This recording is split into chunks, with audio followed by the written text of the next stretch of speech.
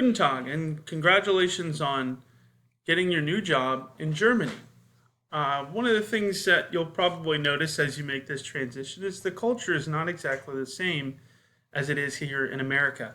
And so, hopefully, this presentation will kind of help you to develop that difference and understand how to cope with that difference. And so, what you'll learn from this presentation, or what I hope you'll gain, is an improved understanding of the German culture, some new tools for communicating with German colleagues, geographic breakdown, German business etiquette, as well as cost of living and general knowledge for the country.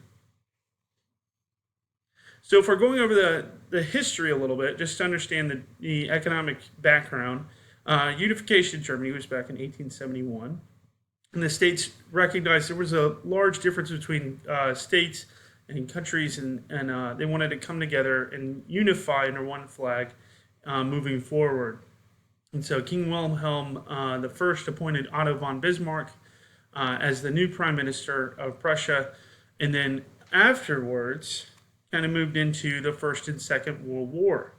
You have your early 19th century, Germany was riddled with wars. You had the First and Second Wars, and the rebuilding afterwards was very slow, and the states were separated into East and West Germany, leaving most of the rebuilding kind of scattered, and the resources were not there to build the infrastructure like it should have.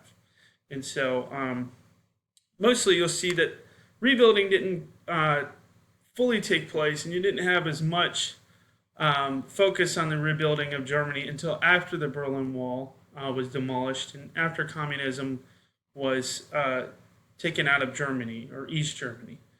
And so Germany really reunified back in 1990, and so afterwards that's when it started really taking a hold and getting to the place where it is now, which is among the top world economies and the top economy in Europe. As long as we're going over this, so we'll go over the German regions and geography a little bit to get an understanding of the different parts of Germany. Most people think of the Swiss Alps when they think of Germany. Realistically, there are so many different sides of Germany. So let's make sure we go over those and kind of understand. North Germany, you're going to have Hamburg, Bremen, and Hanover. All beautiful cities, all very historic cities, but also very technologically different than some of the Bavarian cities that you have down in the southern regions. Much of this culture is influenced by the proximity to Denmark. Again, they were different states, and so each German state had its own difference. And so this one is much more like Denmark than a lot of the other regions. Western Germany, you have Dusseldorf, Cologne, Dortmund. Most notable feature is the Rhine River throughout this region, and many of the cities are going to be situated around the Rhine River. Your cost of living is going to be much higher because it's a lot more modernized and just more modern living. So, Central Germany, you have Frankfurt, mostly a metropolitan area with modern architecture. Many businesses and it's a major business and financial hub. The cost of living will be significantly higher, if not the highest, without the entirety of Germany. And that's mainly because you have the Bank of Europe is located in Frankfurt. You have a lot of really large corporations are going to be situated. Most of your corporations will be situated in Frankfurt, if not close to it. And so that's where a lot of your modernization and metropolitan living come from. Major cities in East Germany are going to be Berlin, Dresden. Your historic center, of course, this is where the capital of Germany is, but much of the region is much more sprawled out, and it's a little bit dated, so it's going to be lower cost of living.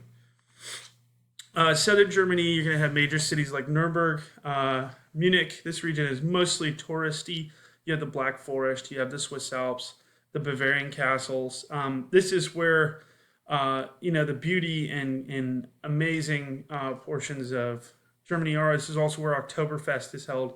And so it's very touristy for the most part, but an absolutely beautiful part of Germany. So the cultural analysis that I chose to do for your kind of transition is going to be Trumpeter and Hampton Turner. They're both it's an analysis that takes 7 different dimensions and uses them. Each pair is an opposing dimension, and each dimension kind of tells what each culture a difference about each culture. And so we're going to go over American versus German culture, and I'll help you kind of understand these dimensions a little bit more. But think of them as differences between the cultures, and each one it has a slight or significant difference for American and German cultures. Universalism and particularism. Universalism just basically means that you have regimented laws and rules are very strict and they're followed to a T. Whereas particularism, it's situational. It just depends, whether or not the rule applies or it doesn't. And so, to give an example, universalism and particularism. Universalism, more so for Americans, you'll see the green is America and blue is the Germany. Germans are a little bit more flexible and autonomous. They're going to need to kind of be left not so directed, but they do need to have basic rules that they need to follow. They're not going to want to be directed all the time, but they will need to know basic rules just so they know. Just be prepared to connect corporate goals to situational goals and just be able to be flexible with your decisions. Individualism versus communitarianism. People believe in personal freedom and individualism, which is mainly our culture, and then communitarianism, people really believe that the group is more important. And so, if we look at America versus Germany, again, America green, blue is Germany. We are very individualistic. We are very individual in our goals, individual in our privacy. And you'll see that throughout just about every dimension that I'm going to point out. But just be aware that Germans are much more community driven, so they're going to want to know more about you. They're going to want to know more about your personal life, but they're also you can't pinpoint somebody for any mistakes. So be cautious when accusing a project member of failure. You don't want to single somebody out. You might bring up the issue in a community setting, so you might bring it up at the group and let the group kind of figure out and fix it for themselves, because what they'll do is they'll get together and they'll try to figure out, okay, who made this mistake, how can we help you, and they're gonna take that community driven approach. So it's better to kind of approach the problem and give it to them as a group rather than singling somebody out. Specific versus diffuse is a very complicated dimension just because of the way it's presented, but I'll make it as easy as possible. In specific, people's work and lives and personal lives are separated into little categories, and their private bubble is very small. Diffuse is a little bit more all-inclusive, so they include everything, and everyone knows everyone. And all of their compartments, so to speak, in their lives are interconnected. And so Americans are far more detached from their coworkers emotionally than their German counterparts, mainly due to the Americans creating compartments in our lives. Germans, however, have a very abrupt privacy wall. So when I say abrupt privacy wall, they're going to be very tough up front, and they're going to ask a lot of questions because they want to know everything about you. And it also makes it very hard to do business.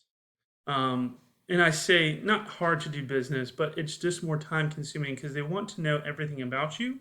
And the reason is it makes it hard for you to lie if they can get more points of reference to reference you against. And so it just makes you a more honest person, and honestly, that's not a bad thing. Americans are not dishonest people. It's just not something we're accustomed to. We're not accustomed to giving our whole life story when we make a business deal, but it helps to make to them they see it as an honesty barrier that they can trust you and they can rely on you, and so it's very important to build that community goal.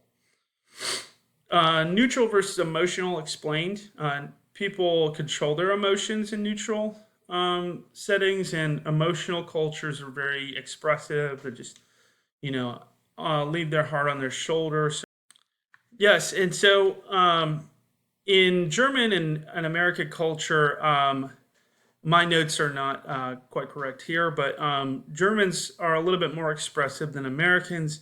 Americans, we're a little bit more controlling of our emotions. You're told in business to um, hold back that emotion and keep it in check, whereas Germans are not so much the same way. They're going to be very expressive of their emotions. With achievement versus description, uh, achievement, you value performance no matter who you are, and description values more so power, title, and position. And so when you're addressing a group for in your new German uh, working situation, you might want to address those who are older or have been with the company a little longer, or address the community as a whole. Again, it's very community driven. Also, commonplace to make it's not commonplace to make jokes about senior citizens in the workplace in Germany. It might be in America. Not so much nowadays, but it's very inappropriate to make those kind of jokes there. Sequential versus synchronous time. Sequential time, people have like having events in order. They like to place high value on punctuality, whereas synchronous time, you see past, present, and future all mesh together to make one unified timeline. And a difference you'll see in American versus German time, you'll see a huge difference in German versus American time. And I'll say the long represents synchronous time, whereas the yellow represents sequential. And so your German counterparts are probably going to want to see your presentation or see the project as a symbol of where is it, how did it start, how is it now, and where is it going. And so they want to see the past, present, and future, and how it will affect all three. Internal versus outer direction. Internal believe that they can control their environment and achieve the goals on their own, whereas outer people believe that nature or the environment controls them. And so our work relationships, they focus on actions of others and they avoid conflict where possible. Um, so some tips to kind of dealing with any kind of cultural differences here. It's important to remember that you have a community engagement. So encouraging the group will undoubtedly encourage the individual. If somebody is doing well, be sure to congratulate them. And if they're not working very well, just give them good feedback. Americans, we're very much achieve status. We believe that we can create our own fate. Germany is not so much the same way. You want to kind of encourage them, give as much feedback as possible, and be present in the project, but not on it.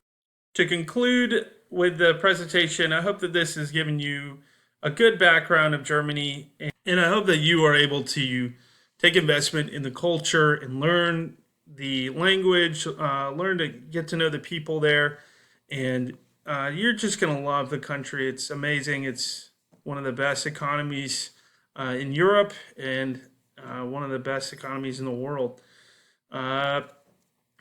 Corinthians 12:12 says that just as we are the body through Christ in separate parts, remember that we are all one body, and so you'll want to